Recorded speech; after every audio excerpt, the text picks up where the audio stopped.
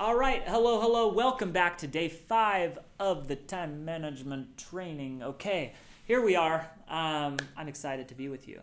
And I hope that everything's been helpful to this point and that you've actually implemented some of it. So here's the deal.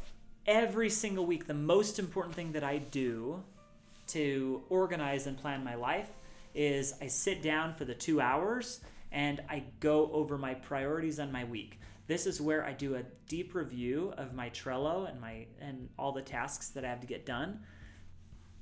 And let me also say that you can't just have, the tasks need to be strategically, you need to come up with them to where they're going to help you accomplish your long-term goals and objectives. So I use the HATS model to do that. So every goal that I have is really part of a much bigger plan. But there are a lot of tasks that aren't part of some big plan, okay? So every week, planning is the most important thing that I do, and I want to talk about some tips to help you better plan. So first off, batch activities.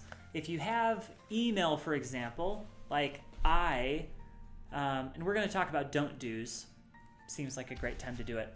I batch all my emails. I actually have something scheduled in my day every day. It's a 45-minute window to answer emails. And I actually have batched it into my time with Instagram, Facebook, LinkedIn, E-Trade, any YouTube analytics. That's the time of the day where I say, I'm jumping out of creation mode and I'm going to go and consume and just let all of these notifications and everything else into my life all at once. So imagine that you were to run out to the mailbox every day in a world where the mailman was always zipping around and maybe dropping off new things. You'd go back there and you'd come back disappointed at least 70% of the time. You're like, oh great, there's mail. Oh, it's a sales brochure. Oh great, there's mail. Oh, it's a tax thing. And it's on auto pay, right? Or some kind of bill. It would be very unproductive because once you got back inside and you were supposed to be cleaning the kitchen, you'd be like, oh, actually, that stove's really dirty and I don't really want to clean it right now, but maybe I should go get the mail. I think that's what we do with our phones. We pick up our phone when we don't want to be doing what we're doing, and we look at our email, we look at Instagram, we look at Facebook, we look at YouTube. We consume things in a very non-deliberate way, and it's no good for you. It is no good for you. You should stop. Okay. So create a don't-do list, right? So batch all your activities. Let's stick with batching for just a second more. You can batch emails. You can batch small tasks. You can batch, responding to physical mail. Anything that's similar, that takes the same kind of energy, you can batch those things.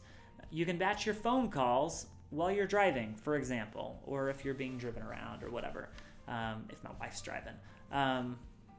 So any activity, you can batch those things.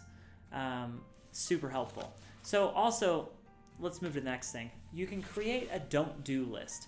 So I don't look at Facebook on my phone. I don't randomly pull up Instagram for notifications or anything.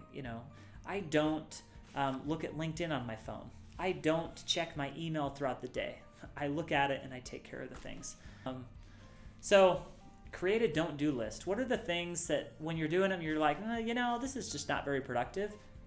Stand up for yourself and say, no more of this. I'm just not going to go there, because you can be better in life by doing that. So the don't-do list has really been helpful for me. It brings me back to, I was a missionary for the Church of Jesus Christ of Latter-day Saints. Drop my pen.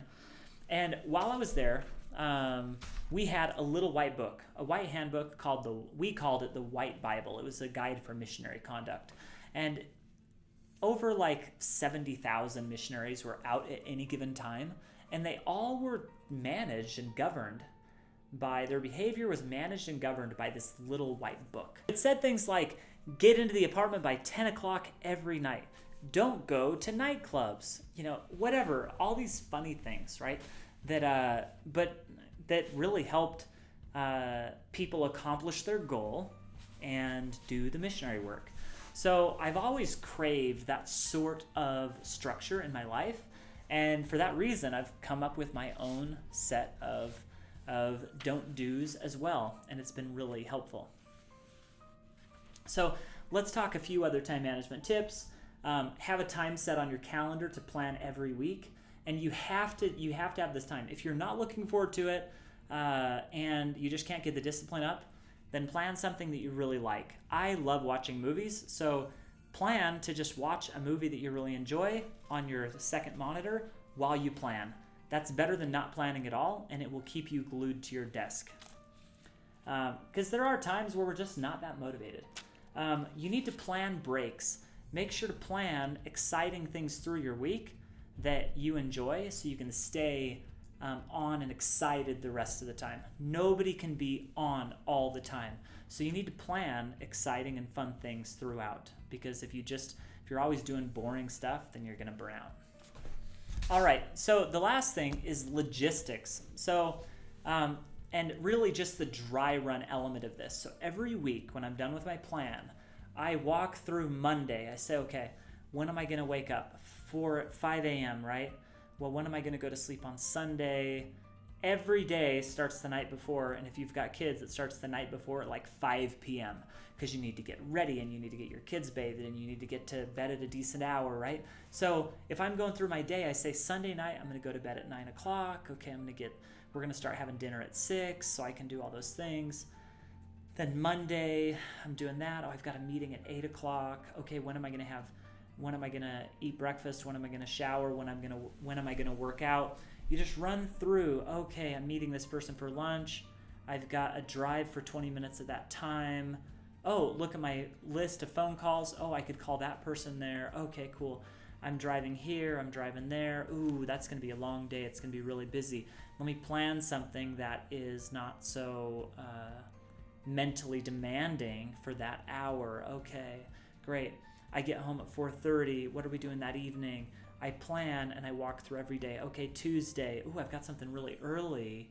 What am I going to do? Well, I need to make sure to get to bed early. So I need to make sure to talk to my wife about solidifying that we eat early on Monday night. Okay, then I'm this.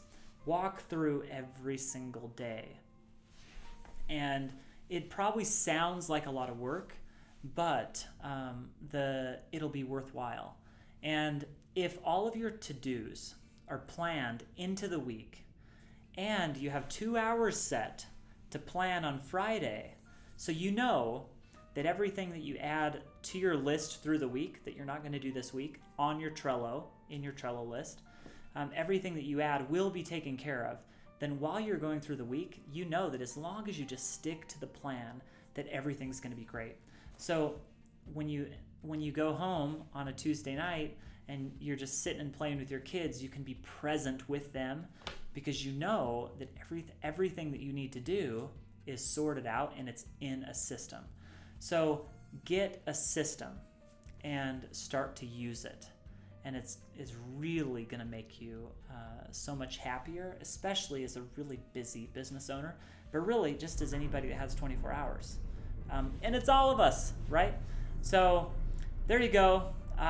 If you have any questions about any of this, then reach out. If I didn't cover something that you're curious about, then let me know, and I'd love to chime in. So otherwise, thank you for being here and participating in the 5 days of time management, success, and excellence. Yeah, I will see you later. Check out the other videos, and good luck in your new journey as an expert in time management.